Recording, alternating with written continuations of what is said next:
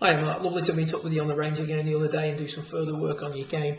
Just a quick recap on the key points of the session. Initially during the start of the session, the right foot still needed a little bit more flow, and we have a tendency, as you can see from here at face on, that right knee kicks in a little bit too early. You can see there's a lot of bend in that right knee at P6, and the resultant effect of that is that at P6 we get the club a little bit too much outside the hands. And in order to hit a draw from there, we would have to hit down on the ball a tremendous amount. If we don't, we're not going to have enough outward movement on the club to produce the draw. You can see there that the club, sweet spot of the club is on the target line very, very early. Club exiting left with quite a lot of rotation in the blade. Right knee over flexing through impact, usually typical of somebody who has come over it ever so slightly. So arms not really in enough at P5.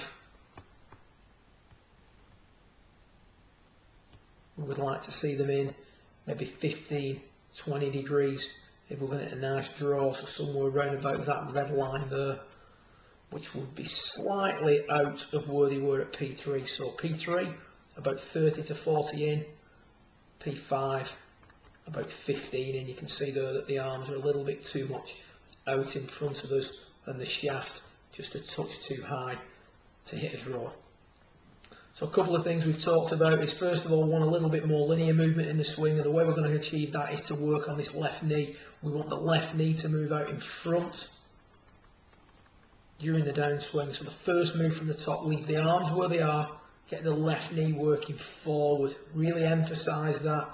The other added effect that has is it tidies up the accumulators during the downswing. The linear movement of the body regulates the rate at which the accumulators release. Because we don't have enough linear, from P6 we start to dump the accumulators a little bit too soon, and the shaft is very vertical at impact. A little bit more linear movement from the top would encourage 1 and 2 to be delayed, allowing us to have a little bit more shaft lean at impact, as we can see here. Now obviously that's an emphasised move, that's a drill, but you can see there that you're able to feel the impact position that is desired. We'll play that through a few times for you to the actual shot. So from the top of the backswing, keep the arms and shoulders where they are and move that left knee out in front of the left ankle. Excuse me. Swing itself, do we get the left knee moving out a little bit sooner? Do we get the left knee moving out more? Yes, it moves out a little bit more. As a result, we're a little bit tighter at P6, and we've just got ever so slightly more shaft lean at P7, but not as much as long term we would like. And you can see there that right knee still kinking in a little bit on the way through. A little bit more linear movement also have the desired effect in the downswing. It's going to keep the arms in a little more. You can see there now, arms in just a fraction more, still not as much as we'd like it. Shaft of the club just fractionally shallower, just below the level of the shoulder rather than through the shoulder. And then as we're coming into impact, you can see there now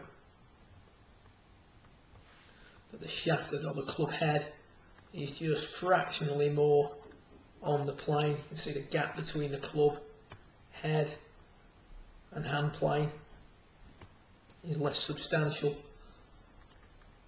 So we're going to be attacking the ball from the inside, hitting out a touch more rather than attacking the ball outside and swinging left. Not masses of difference, but certainly enough difference to have an effect on the flight of your golf ball. What we then talked about is tidying up the finish, and how in tidying up the finish by hitting the brakes at chest height, we can also introduce a little bit more linear movement. Came across this one, but in hitting the brakes at chest height, look how much tidier this movement is here with the right foot not popping up quite as much or as early And again, that's a telltale sign that we've got a little bit more linear, we've got far more extension, and we've maintained our right tilt for longer at that point.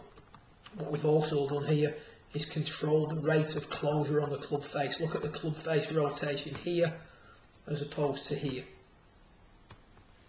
So hitting the brakes at chest height is tidying the finish, encouraging a little bit more linear movement and controlling the rate of closure on the club face.